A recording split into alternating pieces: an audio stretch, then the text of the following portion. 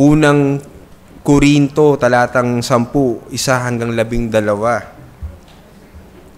At obviously po, ang ating tututukan ay yung verse 12. Pero basahin po natin yung 1 to 12 para magkaroon po tayo ng context. Sabi po dito, mga kapatid, hindi ko nais na hindi nyo malaman na ang ating mga ninuno ay dumaan sa ilalim ng ulap at silang lahat ay tumawid sa dagat. At lahat ay nabautismuhan kay Moses sa ulap at sa dagat. At lahat ay kumain ng isang pagkain espiritual. At lahat ay uminom ng isang inuming espiritual. Sapagkat sila ay umiinom sa batong espiritual na sumunod sa kanila. At ang batong iyon ay si Kristo. Subalit hindi nalugot ang Diyos sa karamihan sa kanila, sapagkat sila ay ibinuwal sa ilang. Ang mga bagay na ito'y naganap bilang halimbawa para sa atin upang huwag tayong magnasa ng mga bagay na masama na gaya nila. Huwag kayong sumamba sa mga Diyos-Diyosan, gaya ng ilan sa kanila, gaya ng nasusulat, naupo ang bayan upang kumain at uminom at tumindig upang sumayaw. Huwag tayong makiapid, gaya ng ilan sa kanila na nakiapid, at ang namatay sa isang araw ay 23,000. Huwag nating tuksuhin si Kristo, na gaya ng pagtukso ng ilan sa kanila at sila'y pinuksa ng mga ahas. Huwag din kayong magbulong-bulungan, gaya ng ilan na nagbulong-bulungan at sila'y pinuksa ng tagapuksa. Ang mga bagay na ito ay nangyari sa kanila bilang halimbawa at nasulat bilang pangaral sa atin na dinatnan ng katapusan ng mga panahon. Kaya't ang nag-aakalang siya'y nakatayo ay mag-ingat na baka siya'y mabuwal. So purihin po ang Diyos sa pagkabasa ng kanyang mga salita, sa kanyang mga salita. At makikita natin kaagad sa ating binasa yung matinding paalala, matinding warning, matinding illustration ng mga consequences na nangyari nung mga nakaraan pa sa ating mga ninuno nung sila ay nahulog sa kasalanan. At particularly po, ang kasalanan dito ay yung idolatry. Kasi sa totoo lang po, lahat ng kasalanan nag-uugat din po yan sa idolatry eh. Hindi man ito yung kasalanan na sabihin natin tayo ay merong rebulto sa bahay, meron tayong mga inanyuan na imahe na ating pinagdadasalan, no? Pero ang idolatry po, basically, ito ay is something na itinataas natin nang higit sa Diyos. So kung mas inuuna mo trabaho mo, mas inuuna mo yung career mo, mas inuuna mo yung pag-aaral mo, mas inuuna mo yung salapi, no? So, kung sino man ang dinodiyos mo, sino man ang pinaprioritize mo, yun ang nagiging idol mo. At sinasabi sa teksto na binasa natin, na dito nahulog yung ating mga ninuno at nandun yung matinding consequence. So, sa umagang ito, nais ko pong ibahagi sa inyo ang isang article na matatagpuan natin sa Ligonier din, na pumofocus sa isang verse na ito. Kasi po, alam natin, yung kasalanan po, walang pinipili. Kanina nabanggit sa preaching, isa po sa mga theologian, expositor na ako rin po personally inaangaan ko. Actually, lahat po ng kumbaga ng yung manner po ng preaching ko ay talagang pinapattern ko sa kanya eh. Kasi talagang magaling po talaga siya mag-exposit. Alam po natin, ang pinag-usapan natin si Dr. Steven Lawson na the other day, in-announce po sa kanilang church, dun sa Trinity Bible Church of Dallas, na siya ay nag-resign, wala na siyang ministry, siya ay nahulog sa kasalanan that disqualifies him, no, sa ministry. So siya ay nag-confess na nagkaroon siya ng inappropriate relationship, no, ng sa isang babae at therefore siya ay nahulog sa kasalanan at nandoon yung pag-censure, no? Yung pag-discipline sa kanya ng iglesia. At dahil yung ministry niya worldwide, so talagang sa buong mundo nalaman na siya ay hindi na pastor. Hindi na siya, at nakakalungkot, talagang natanggal sa kanya lahat. Siya ay tinanggal sa pagtuturo dahil siya ay nagtuturo kung paano mag-preach. Especially siya ay hindi na pastor. Ang kanyang compensation, ang kanyang lahat ng benefits tinanggal. So, matinding epekto ng kasalanan. Pero, ang nais natin tingnan, dahil ganito kahit pala yung isang tao na inaakala natin o alam natin na malalim sa Panginoon, nakababad sa salita ng Diyos, almost 50 years na nagpapastor, nag-aaral ng salita ng Diyos, nagtuturo ng salita ng Diyos, ay maaaring mahulog at nahulog na nga sa kasalanan. So tayo din naman, dapat po, ganun yung attitude natin na ang sabi, he fell today, no? He fell to sin today, I may fall tomorrow. So, yung gusto po nating tutukan dito na tayo din naman, dapat nandoon yung pag-iingat, pagbabantay natin sa ating sarili at wag nating akalain na tayo ay malakas, tayo ay mature, tayo ay nakakahigit sa iba dahil pwede rin po tayong mahulog. Sabi dito, the Apostle Paul commended the same mindset when he wrote, ito po yung verse natin, let anyone who thinks that he stands take heed lest he fall. There is great wisdom in not trusting our own ability to stand. So meron daw pong malaking karunungan na wag po tayong kahit kailan at wag nawa na gawin natin na magtiwala tayo sa ating sariling abilidad na tayo ay makatayo sa harapan ng Diyos. Alam niyo po, dapat kung meron man po tayong pagtitiwalaan, walang iba kundi ang Panginoong Jesucristo at never sa ating sarili. Kasi ano pong sabi rin sa Proverbs, di ba po? Curse is a man who trusts in himself, no? So, dito po, nagtuturo sa atin na tayo bilang mga Kristiyano, dapat hindi po tayo magkaroon ng attitude na pagmalaki. Kasi po tayo, no, ang tendency po natin bilang mga makasalanan, pag may nakita tayong mga Kristiyano o kahit isang tao na nagkasala, ang lagi nating, mabilis tayong mag-condemn, mabilis tayong magsabi na, oh, never kong gagawin yan. Never mangyayari sa akin yan kasi alam ko ang salita ng Diyos eh. Tinan mo nahulog yan, no? Malamang yan kasi hindi yan babad sa salita ng Diyos. Malamang yan kasi ganito, ganyan. So, mabilis po tayong mag-react ng mga ganun kasi ginagawa nating standard yung sarili natin na porket hindi natin ginagawa yung kasalanan kung saan sila nahulog, iniisip natin, mas nakakahigit na tayo sa kanila. Pero, etong binasa natin sa 1 Corinthians 10:12, nagre-remind sa atin na hindi po tayo dapat gunon, no? Hindi po tayo dapat parang nagkaroon ng espiritu na, paano niya nagawa yun? Obvious naman sa scripture, mali yun. Talagang siguro, hindi siya believer. Hindi po tayo dapat maging gunon. Hindi po tayo dapat maging condemning in a way na hindi natin tinitingnan muna yung ating sarili. Tulad nga nung sinabi sa Matthew 7, no, na judge not. Kasi huwag tayong maging condemning agad sa pag-judge natin.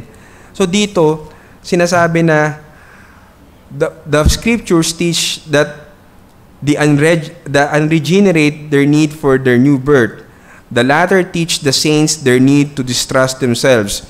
So, ang kasulatan daw po, nagtuturo sa atin na yung mga unbeliever, kailangan po sila ay ma-regenerate. Pero sa ating mga believer na, kailangan tanggalin natin yung pagtitiwala sa ating sarili. It is one thing to understand the sinful actions of unbelievers in Scripture. It is quite another to understand the sins of the saints. So, Isa pong makikita natin agad, kahit po tayo ay nasa Panginoon na, nandun pa rin po yung kasalanan at maaari po tayong mahulog. Lalo na po kung magtitiwala tayo sa ating sarili. Alam niyo po, etong sa babasahin natin, may mga ilang instances po dito na yung godly men, no, ay nahulog sa mga matinding kasalanan. Siguro po, para maging interactive, no, tatanungin ko kayo. Sabi dito, consider the following. If an innocent man could choose a piece of fruit over the infinitely valuable God, matatagpuan sa Genesis 3:6, sino po yun? Sabi doon, kung ang isang inosenteng lalaki daw o tao ay pinili niya na kainin yung fruit over kay God, sino po yun? Si Adam. So isipin niyo po, si Adam, nilikha siya ng Panginoon sa wangis. Walang sabihin natin, siyang bahid pa ng kasalanan nung time na yon. Although, capable siya na magkasala. Yun yung pagkakaiba po. Nilalang siya bilang isang creature, nung time na yon, siya ay perfect, pero not perfect in the sense na hindi siya pwedeng hindi magkamali.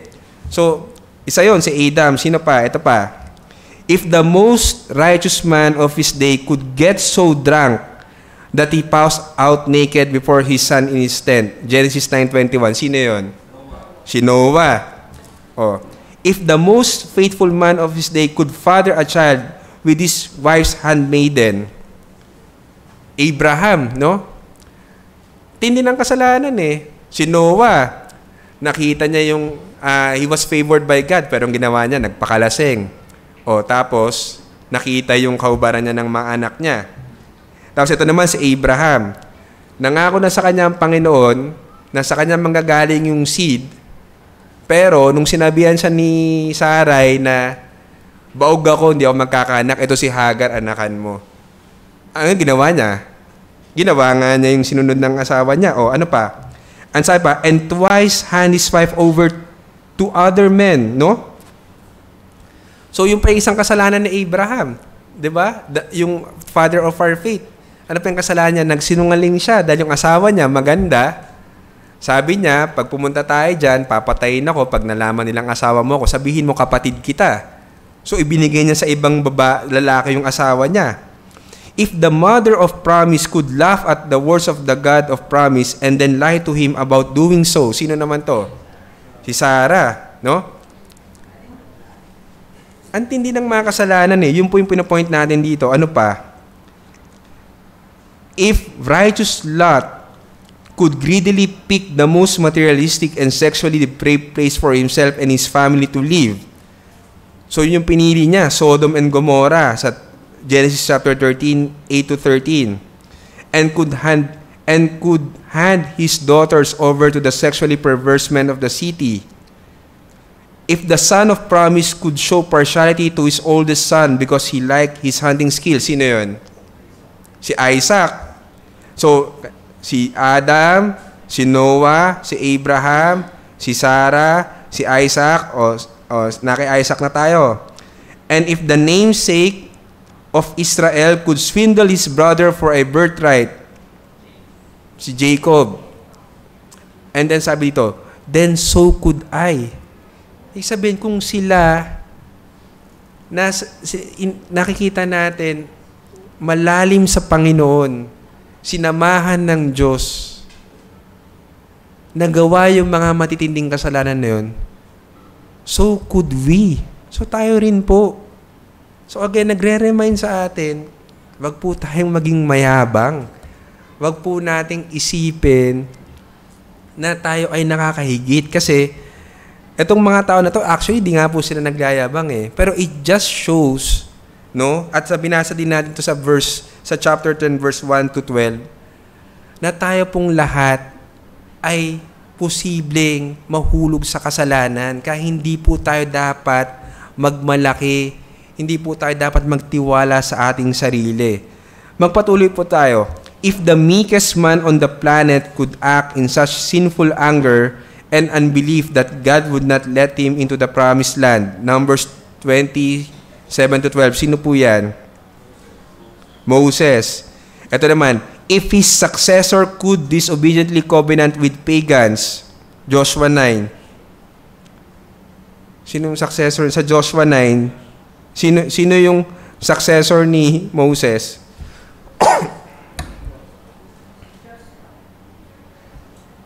Si Joshua, disobediently covenant with pagans. So nakipagkaroon ng covenant sa mga pagano. If two Israel's greatest judges could, in unbelief, doubt the immediate promises of God. Judges 4:11. Sino kaya to? Judges 4:11.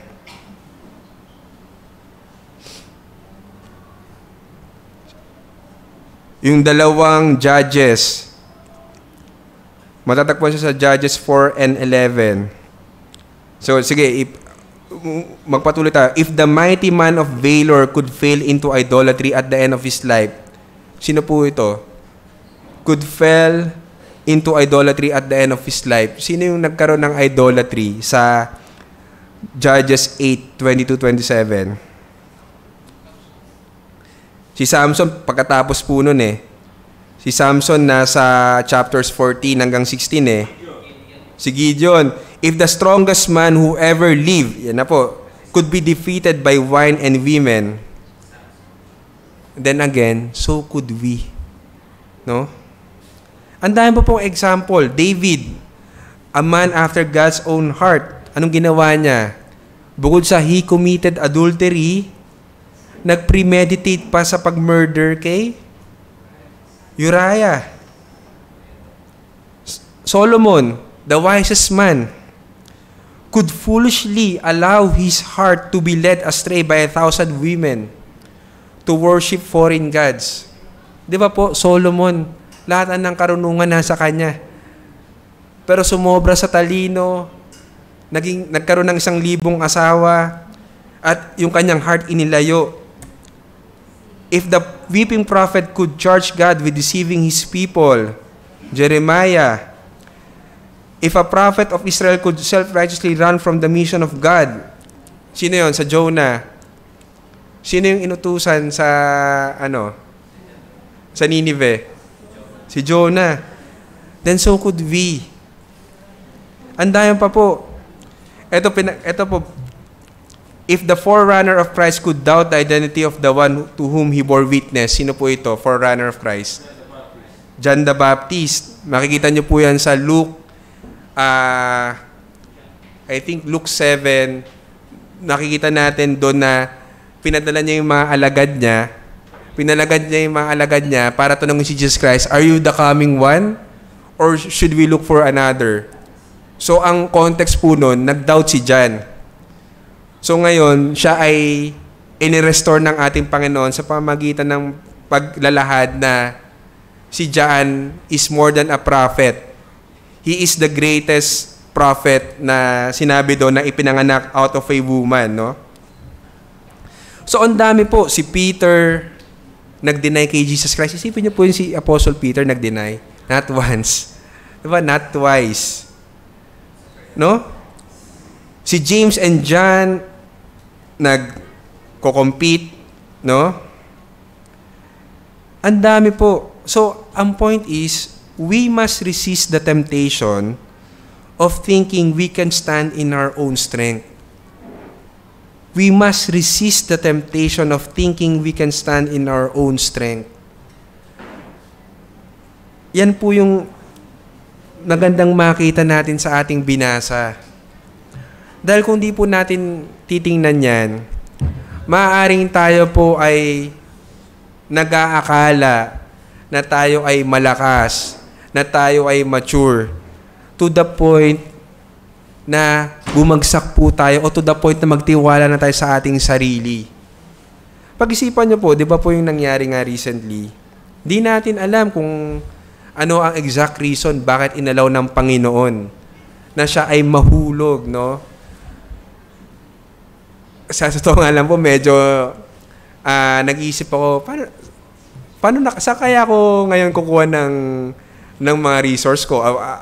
Bukod sa kanya, bukod kina John MacArthur, bukod kina kay Duncan, sa mga commentary, no? Ang hirap po pero ang makita natin, we must not stand in our own strength. We must depend on the grace of the one who said, "Apart from me, you can do nothing." If we fall, we must go to Christ, confessing our sin and hoping in His mercy. Kasi ito po yung sinabi ng scripture, ito yung promise na the righteous falls 7 times and rises again. So, nandun po yung restoration ng mga righteous kahit sila ay mahulog sa kasalanan. Pero ang point, ang mga righteous din po, nahuhulog talaga yan sila sa kasalanan. So, ang isa din pong dapat tingnan natin, wag po talaga tayong tumingin sa tao. I know the very topic is very close to our hearts because we know what happened sa ating church. Pero it just reminds us, no, very time and time again, na wag po tayong titingin sa tao, wag po tayong magkaroon ng thinking na alam mo kaya ako na-convert dahil sa kanya. True, in some sense, ginamit siya ng Panginoon, pero he is not, or kung sino man tao, is not the primary reason kung bakit ka na-convert. Kaya ka na-convert is because of the grace of God. So ngayon, yung tao na yan, di ba, nawala, nahulog sa kasalanan. Ano nangyayari sa'yo ngayon dahil nakatingin ka sa tao? Na-discourage ka, na-depress ka, hindi ka makapagpatuloy, marahil nagagalit ka pa. Kasi hindi siya dapat tinanggal. Paano na yung church namin? Di ba? Yun yung sentiments ng mga tao ngayon sa nangyari kay Steve Lawson.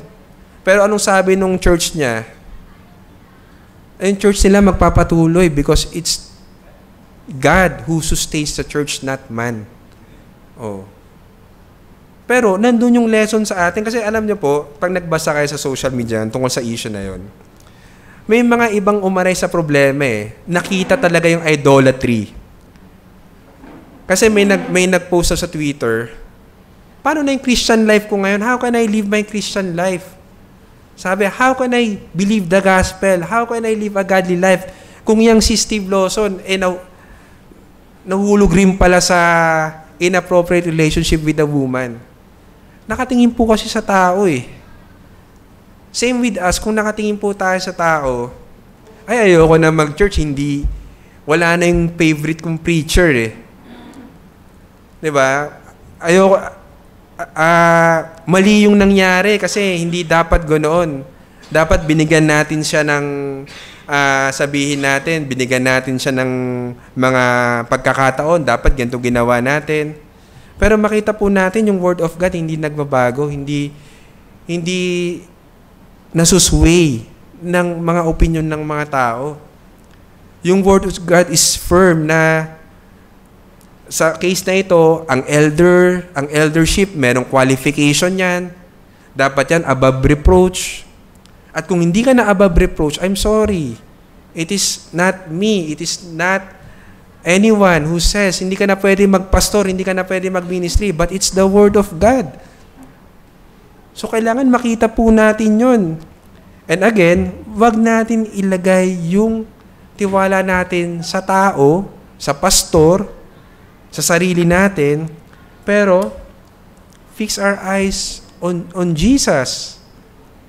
Kasi kung meron man pong tao na hindi nagkasala at never tayo madi-disappoint, never tayo madi-discourage, walang iba kundi ang Panginoong Yesus. So kung meron man po tayo dapat tingnan, siya dapat. Sabi dito, the greatest believers are subject to great weaknesses. Kitang-kita po natin yan kahit hindi tayo tumingin sa nangyari ngayon. Tumingin tayo nga kanina kina Abraham, nakita natin, hindi perfect ang life nila. So, in no way, ito po yung pambalanse, in no way do these truths give a license to sin. So, hindi naman po ibig sabihin na alam natin, the reality is may indwelling sin sa atin, tayo ay nakipag-battle sa sin at minsan tayo ay natatalo, minsan may matinding pagbagsak, hindi po ibig sabihin na okay lang magkasala. Hindi po yun ganun. Hindi po pwedeng sabihin natin, tao lang ako eh.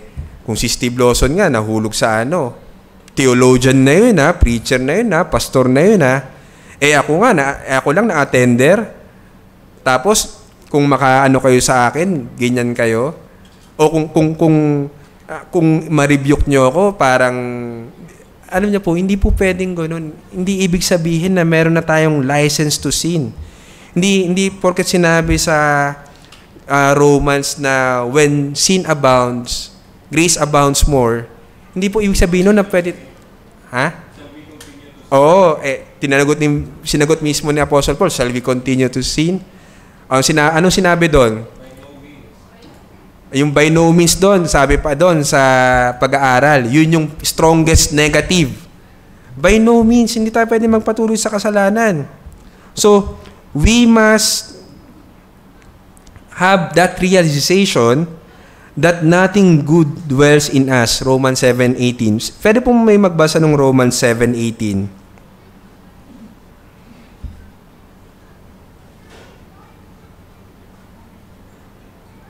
Romans 7:18 po. For I know that nothing good lives in me, that is in my flesh.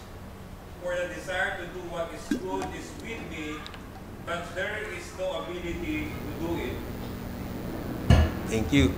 So, malinaw po, meron pa po ba makapagsabi sa atin na mabuti tayo in the sense na kung ano yung standard ng Scripture? Sabi doon, nothing good dwells in me. Nothing good. Nothing. Wala. Walang mabuti na nagdudwell sa atin. No, hindi natin pwedeng pagmalaki na nagsisimba naman tayo every Sunday, na, di naman ako katulad ng iba dyan. Ayun tayo no? Di naman ako tulad ng iba dyan na ganito, gumagawa ng ganyan. Di naman ako nagdanakaw, tatights naman ako. Pero pag sinasabi mo na yun sa sarili mo, pag nag-start ka na magsabi nun, kabahan ka na. Tumakbo ka na sa Panginoon, mag-repent ka na kasi nagtitiwala ka na sa sarili mo. Ginagawa mo ng standard yung sarili mo ang sinabi nga, nothing good dwells in you. So dapat, we must distrust ourselves. Huwag natin pagtiwala natin sa sarili. Bear with the weak and hold fast to Christ. So, eto rin po, itong example na ito na nakita natin, hindi lang sa recent news, but sa lahat ng mga great believers na nahulog sa kasalanan, makita rin po natin dapat na number one, we are all weak, and therefore, we must bear with the weak. Kailangan maging matyagain po tayo sa kanila na kung sila ay nagkasala, nandoon yung pag-rebuke natin gently, nandoon yung pagko-correct natin. Pero we must also, in a way, hindi siya basta empathy na sasabihin mo, okay lang yan. Kunwari, parang ganito, nahulog sa adultery, kinausap mo, lalaki sa lalaki. Sasabihin mo, bro, okay lang yan. Dumaan din ako dyan Mali yun. Kasi hindi ng standard ng Panginoon. Pero, ang pang-comfort mo sa kanya is, kapatid, nagkasala ka, ayon sa salita ng Diyos, pero ang Panginoon mabiyaya. Kung magsisisi ka sa kasalanan mo, tatalikuran mo yan, patatawarin ka niya. Yun yung comfort kasi. Kasi yun po yung ultimate comfort na may kapatawaran tayo. Dahil alam po natin, never nating ma-attain yung standard ng Panginoon. In fact, dun nga po nagsimula yung Reformation Alam niyo po ba yun? Kaya nagsimula yung Reformation, si Martin Luther. Kung bakit siya sobrang nabagabag. Kasi nung nabasa niya yung Romans, nakita niya na kahit pala anong gawin niya, hindi niya kayang abutin yung righteousness na hinihingi ng law. Hindi niya kayang abutin yung righteousness na dinedemand ng law para ma-save ka, para matanggapin siya ng Diyos. So, nabagabag siya ngayon. Anong gagawin ko? Sa pag-aaral niya, nung Romans, nakita niya, yung righteousness pala na yun, galing sa labas. hindi galing sa'yo, galing kay Christ. So, yun po yung dapat makita natin na lahat ng meron tayo, kung bakit man tayo tatanggapin ng ating Panginoon, wala sa ating kakayahan, wala sa ating sariling kabaitan, wala po tayo may pagmamalaki. Yun yung point. Wala po tayo may pagmamalaki. At therefore, no, ano pa sabi dito? We must go to Him for grace and mercy to withstand temptations. And we must go to Him for grace and mercy if we fall. So dun po, laging grace and mercy ng Panginoon yung kailangan nating puntahan kung para tayo ay makaiwas sa temptation, sa kasalanan, at kung tayo ay, wag naman pong ipahintulot ng Diyos. Kung tayo ay mahulog sa kasalanan, pupunta pa rin po tayo sa Kanyang grace and mercy. So, ang warning po talaga is, again sa verse 12, let anyone who thinks that he stands, take heed, lest he fall. Kaya't ang nag-aakalang siya'y nakatayo, nag-aakala, take note, nag-aakala ka na nakatayo ka, no? Nag-a-assume ka, nagpe-presume ka, kaya mo, ay mag-ingat na baka siya ay mabuwal. Alam niyo po, it's very sobering, meaning nakakagising etong recent situation na ito na dapat po talaga mag-ingat tayo. Lagi nating bantayan yung ating sarili. Every second, 24/7, nakatingin po tayo sa ating sarili una sa lahat. Wag po muna natin tingnan yung iba. Wag po muna tayong quick to point fingers pagdating sa kasalanan ng iba. Tayo po muna, yung sarili po muna nating tingnan natin. Kasi matindi po yung kanina sinabi, ang devil ay parang lion, no? Nabanggit ko rin po yung sa preaching ko last time sa 1 Peter chapter 1, 14-17, na be sober-minded. Kasi, paano ka hindi magiging alerto, hindi ka magiging sober-minded? Yung kaaway, yung diablo, para siyang leon. Leon na gutom, no? Na naghahanap siya ng kakainin niya. Pauli-uli siya, di ba? Sabi po sa Job, tinanong siya ng Diyos, Satanas, saan ka nang galing? Ano sabi niya? Ano sinabi ni Satanas? Parot pa rito Umuuli. Nagro-ronda naghahanap ng mga katulad, ng mga mananampalataya na masisila niya. At nakakalungkot dahil pag nagtagumpay siya, ang laki ng blow sa glory ng Panginoon. Katulad nga na nangyari kay Steve Lawson, di ba? Binigyan ito ng pagkakataon na lalong alipustahin yung pananampalatayang Kristiyano, yung pangalan ng Panginoon na dungisan. Yun yung gustong gawin ng kaaway At di siya tumitigil. Di ba? Hindi siya tumitigil. Dapat maging sober tayo doon. Dapat lagi nating isipin. Nasa labanan tayo Kaya nga mga kawal tayo Nasa mga labanan tayo. Kaya ano sabi sa Ephesians 6? Tama ba? Armor of God? Nandoon yung responsibility natin to put on. No? Put on. Lahat. Put on breastplate of righteousness. Ano pa? Belt of truth. Ano pa? Helmet of salvation. Sword of the Spirit. Shoes of salvation. May responsibilidad tayo na to put it on. To put it on. So, brethren, di ba? Beloved, ina-urge po tayo ng nabasa natin ngayon na una, wag tayo magtiwala sa ating sarili, wag po tayo maging mayabang, magkaroon tayo ng malawak na kaunawaan, wag nating ilagay yung tiwala natin sa sarili natin at sa tao, wag natin siyang kumbaga wag natin siyang idolin, no? Kung kahit sino pa yan, Paul Washer pa yan, John MacArthur pa yan, Pastor Joey Perez, di ba? Tandaan po natin yung elder natin, kailangan natin silang i-respect. Totoo po yun. Pero hindi natin sila dapat sabihin natin ilagay sa posisyon na itinataas natin siya more than we give glory for God. Kasi po, sa totoo lang, ine-expose din natin sila sa kasalanan eh. Alam niyo po, pagka ina-idol natin ng mga pastor natin o kung sino man tao, ano po nangyayari? Most of the time, di ba, nagkakaroon po ng puff up eh. Yung mayabang. Di ba, okay lang po mag-comment. Pero dapat ang commendation natin, salamat sa Diyos na intindihan namin yung preaching mo. Di ba? Kasi minsan, di ba, parang pag masyado na natin kino-comment yung tao, ay, napakaganda ng preaching mo. No, napakaganda ng preaching mo. Durug na durug ako.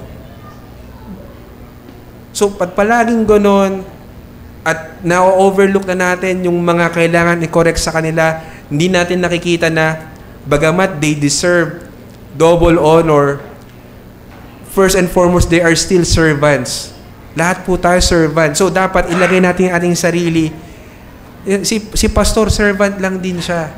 Hindi natin siya dapat sambahin. Hindi natin siya dapat sabihin natin, ibigay natin yung glory sa Kanya. Laging sa Panginoon lang kasi, pag dinil tayo ng Panginoon sa makasalanan na yan, nakakalungkot po, di ba? Tulad ngayon, masyadong maraming humanga kay Steve Lawson. To the point na nagsabi na nga, paano na ako ngayon? Parang, what? Paano ka na ngayon? Eto ang salvation mo ba, si Steve Lawson ba ang author niyan? Di ba? Ang sanctification mo ba galing kay Steve Lawson? Hindi. Sa Panginoon lang. So, kailangan, sa Kanya tayo laging nakatingin. At wag na wag tayong mag-idolize ng kahit sino. At higit sa lahat, balikan natin yung naging examples. Matindi. Dito po sa 1 Corinthians chapter 10 verse 1 hanggang 12, yung binasa natin di ba? Ano dito? Ang pinupunta dito, verse 1 hanggang sabihin natin 11. Ano sabi? Kumain sila ng spiritual na pagkain, kumain sila ng spiritual na inumin. Ano ibig sabihin po nun? Parang sa church po yan eh. Naka-experience kayo ng blessing ng church, nabe-bless kayo sa preaching, kumakain kayo ng Word of God. Pero, kung mananatili kayo sa kasalanan, kung mananatili kayo sa idolatry nyo, matindi ang pagbagsak ng kung sino man. So, dapat po, habang naririto tayo sa iglesia, nararanasan natin lahat ng spiritual blessings, mag-ingat po tayo. Huwag po tayo magpakakampante na okay na ako. Yun pa po yung isang mensahe dito, okay na ako. Hindi ko na kailangan mag-grow. Hindi ko na kailangan ng sanctification. Hindi ko na kailangan mag-aral. Okay na ako.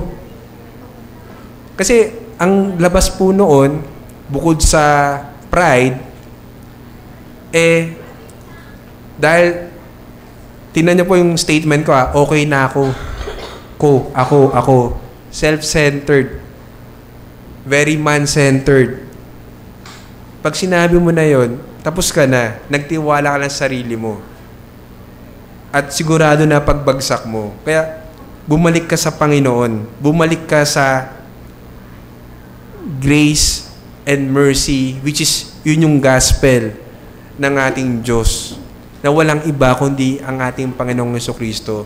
So, nawa po sa pagkakataong ito, makita po natin yung kalagayan natin sa harapan ng Panginoon na wala pong matibay sa atin. Wala po kahit isa. Kaya patawarin tayo ng Panginoon po kasi most of the time, ako po personally, nakita ko talaga, we're so quick to find fault in others. We're so quick to judge others. Kasi iniisip natin, hindi naman tayo ganun. Pero in fact, pag mamalaki yung sa harapan ng Panginoon, dapat magkaroon po tayo ng humility and gentleness as we go through o inaabot natin yung mga mahihina nating kapatid. At wag nating isipin na tayong malakas. Lahat po tayo ay mahina. Lahat, sabi nga po, narinig natin sa preaching dati pa, lahat po tayo nakatayo lang sa biyaya ng Panginoon. So, sana po magising tayo sa pagkakataong ito, sa mga nangyayari. Dahil kita po natin, nandito na yung ligligan eh. Nandito na eh. Wag po tayo magpakampante. Dahil, before we know it, bumagsak na pala tayo. Napakabilis eh, di ba po? Napakabilis. Naalala, kasi ako po, nung time na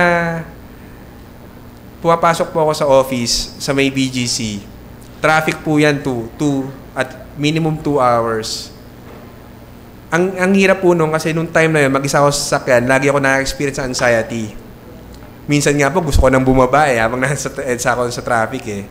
So, sa biyaya ng Panginoon, ang ginawa niyang grace sa akin, meron akong app na sermon audio, nakikinig ako palagi ng preaching. Hanggang mapunta ako kay Steve Lawson. So, ang tagal nun.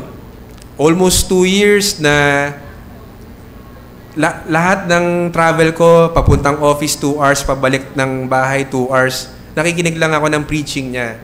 At di ko makalimutan sinabi niya. Sabi niya, he has been a pastor for almost 50 years. And he has been studying the Word of God long and hard. Ibig sabihin, malalim talaga yung pag-aaral niya ng salita ng Diyos. So, talagang nandun, pero bumagsak pa rin po siya. So, dapat din po, ang makita natin, ipag-pray natin yung mga elders natin. No? Na, actually, not only the elders, but each one and one of us, na wag po tayong bumagsak din sa kasalanan. Kasi hindi po tayo immune. At wag din tayong maging, again, yun nga, judgmental. Na, tingnan mo yan. Pa-reform pa. Pa-Calvinist pa, nagkaroon din pala ng kabit. Di ba? Yan yung mga salitang tingnan mo yan. Pero hindi po kasi, isipin niyo po, David, Solomon, lahat ng wisdom nasa kanya. David, a man after God's own heart. Mas matindi pang kasalanan na ginawa eh. Di ba po, nag-adultery na, nagtangka pang mag-murder. Pero, by the grace of God po, nakapagpatuloy sila. So, ang iiwan ko lang po, kung tayo po ay nahulog sa sitwasyon na tayo ay napunta sa kasalanan, mag-repent po tayo at bumalik tayo sa grace ng Panginoon. Yun lang din po yung gusto kong idiin dito. Lagi pong may restoration ng Panginoon. Pero hindi po nagsisimula yung restoration na yun kung walang repentance. So, dapat po lagi natin maintindihan, kailangan po ng repentance. At yung repentance na po yun, nakikita po yun sa buhay. Hindi po yun something na itinatago. May fruit po yun. Di ba nga po yung example ko po dati, kunwari, may nakaaway ka, kunwari, sa mag-asawa, nag-away ka mag-asawa. Pag sinabi mo nagsisisi ka na, kailangan patunayan mo yun eh. Dapat makita niya talaga sa'yo na yung kasalanan na ginawa mo dati, hindi mo na ginagawa yun. Na kung dati, sabihin natin, nagiinom ka, o nambababae ka, o naging responsable ka. Ngayon, yung kabaliktaran ng ginagawa mo, di ka na nagiinom, naging responsable ka na, pinapakita mo talaga sa kanya na mahal mo siya. So, yun yung repentance, may nakakita sa'yo. Hindi mo pwedeng sabihin na nagrepent na ako sa Panginoon. Kung ikaw galit ka pa sa akin, wala na akong magagawa sa'yo. Pero kami ng Panginoon, ayos na kami. Hindi po yun ganun. Ang repentance, may ibang-ibang degree yan at may ibang-ibang actions na hinihingi yan. Katulad po na nangyari kay Steve Lawson. Very public. Di ba? Hindi ito ikinubli. Kasi yun ang dinedemand dahil public figure siya eh. Pastor siya eh. Ang ministry niya nasa buong mundo. So, dapat po makita natin na kailangan po ng repentance pag kung tayo ay nahulog sa kasalanan.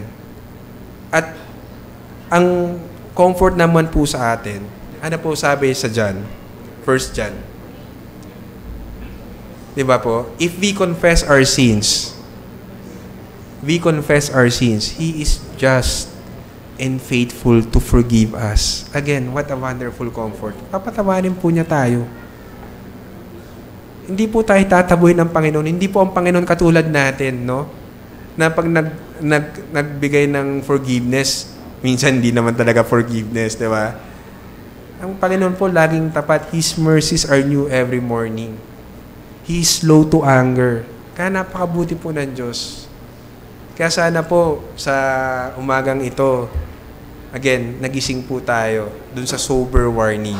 So yun lang po.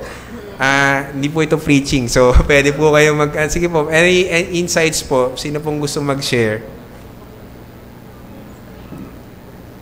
Sino po ang gustong mag-share sa ating pag-aralan? Or may questions po?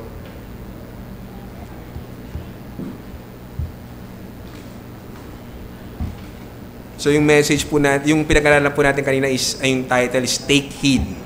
Or mag-ingat, take heed.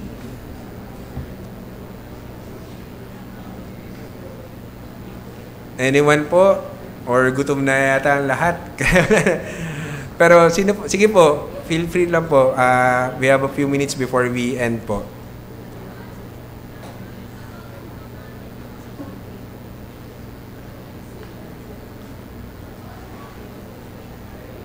Ay, sige po.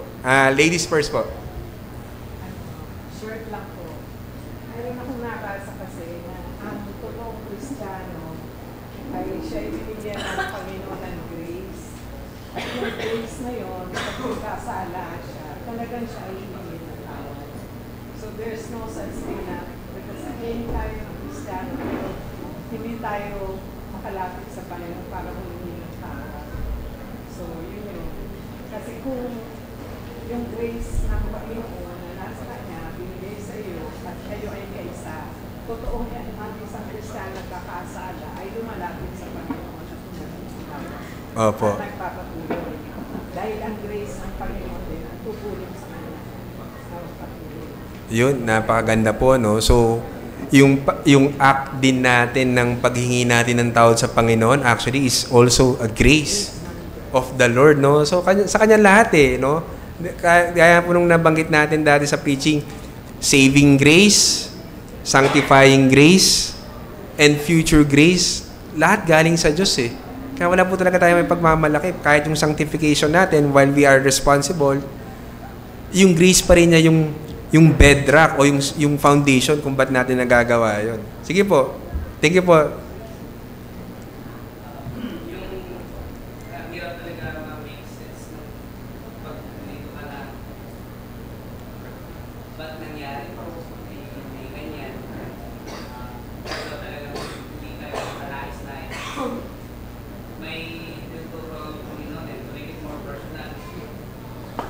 Dating kasi pag nagkakasala ako, ang parang tendency ko,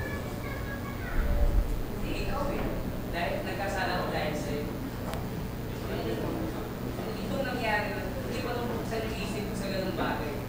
Parang napakataas, parang tingin, hindi, nagkasala ko dahil sa'yo. Yung laging pinangawa ako pag nagkakasala. Pero itong mangyari kay Joseph, yung discuss namin kung mag-asawa, nabuksan yung isip ko, wala kang sa grace ng Panginoon na hindi dapat isisi sa kahit na sino tao pag nagkakasala.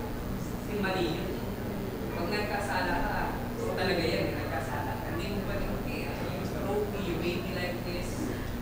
Hindi ganun eh. So, malaking reminder and eye-opener, although talagang may mapukulong tayo na maganda, pero talagang hindi mo gustuhin na sana mangyari pa yung mga ganito para mas marami pa. Pero parang hindi siya magandang rate. Pero nangyari kasi sobrang ng Panginoon, may tinutulong siya. At saka isa po sa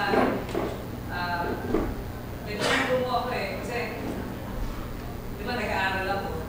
Tapos sa resistive losses sa dating parang na-discourage na ako na ayun, patuloy parang at gano'n, kung tendency rin pala na kahit na ganun kataas yung theological knowledge ko, ba't tuloy ko pa ba ito? Parang gano'n. Kaya nakakapagbigay din ng comfort na hindi sa tao nakabigay din. Paulit-ulit na reminder sa atin. We keep forgetting. Kaya kailangan we have to keep reminded. Isa sa mga nakita ko rin sa social media ng nag-comment. Ayan, wala sa taas ng pinag-aralan, wala sa dami ng alam. Parang ginagawang reason or excuse na huwag nang mag-aaral ng salita ng Diyos. So, sana, hindi naman tayo maging unfair din sa mga nag-aaral at nagsusulikat na, o yan, aral-aral pa kayo, ano pa kayo, title pa kayo ng mga ganyan. Tingnan nyo ano nangyari dyan.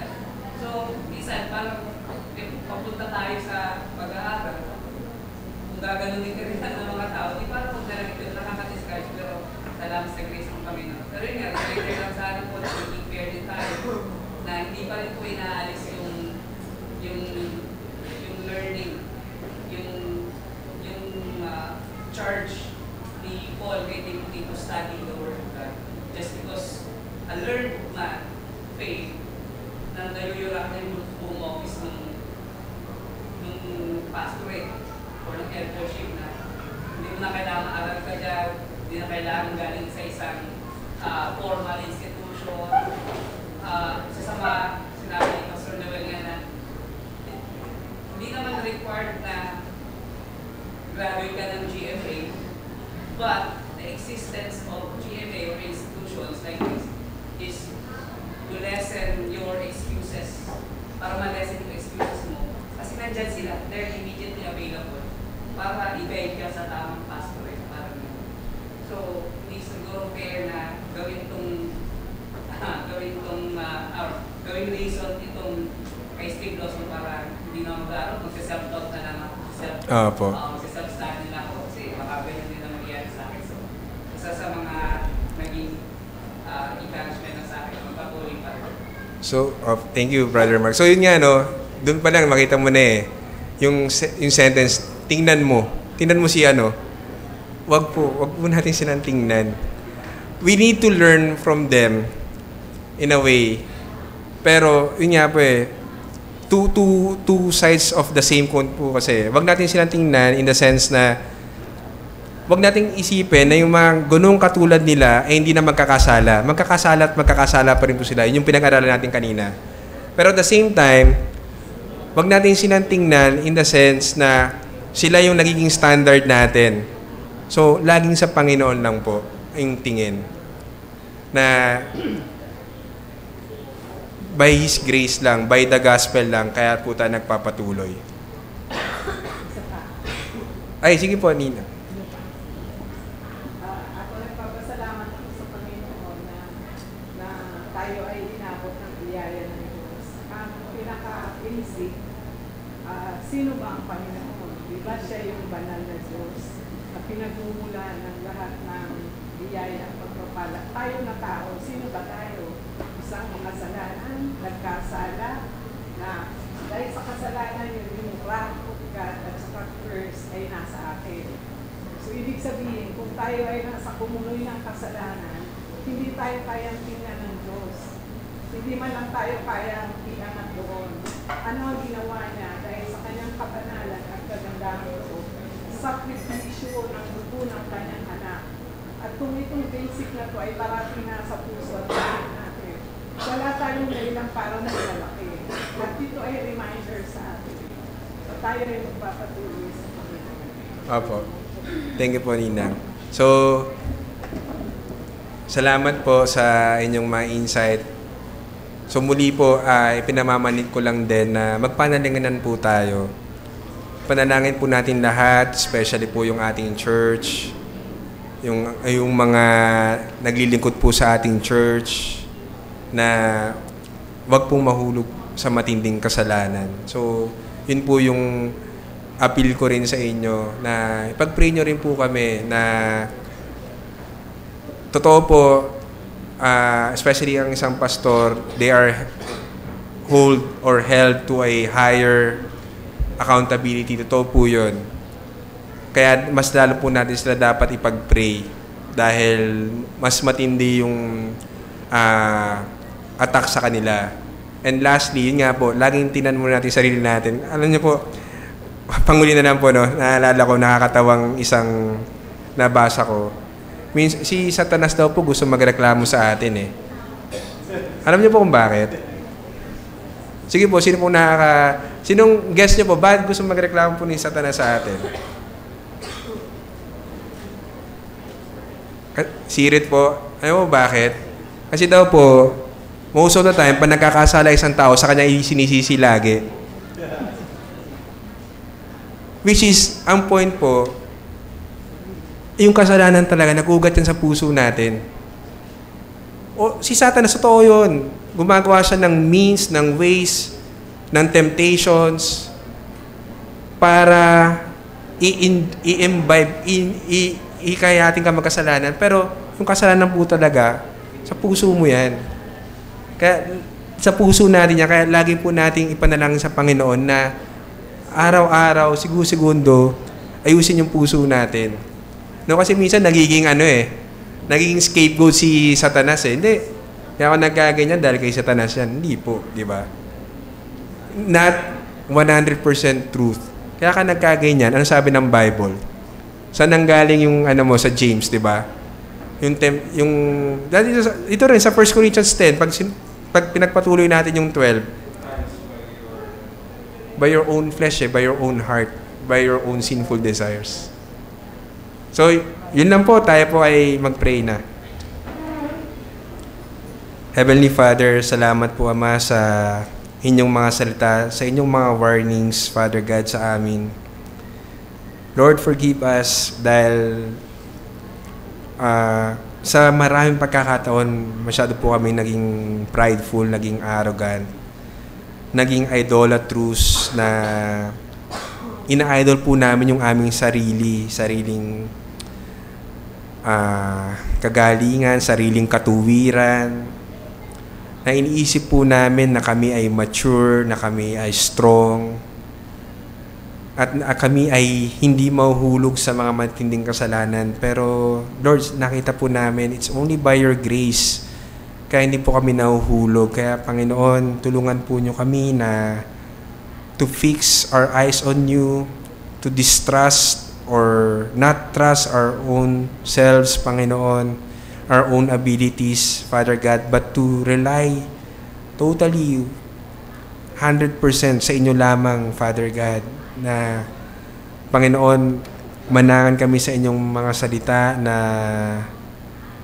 you will never let the righteous to be moved, Panginoon, and that you will finish what you have started in us, Father God.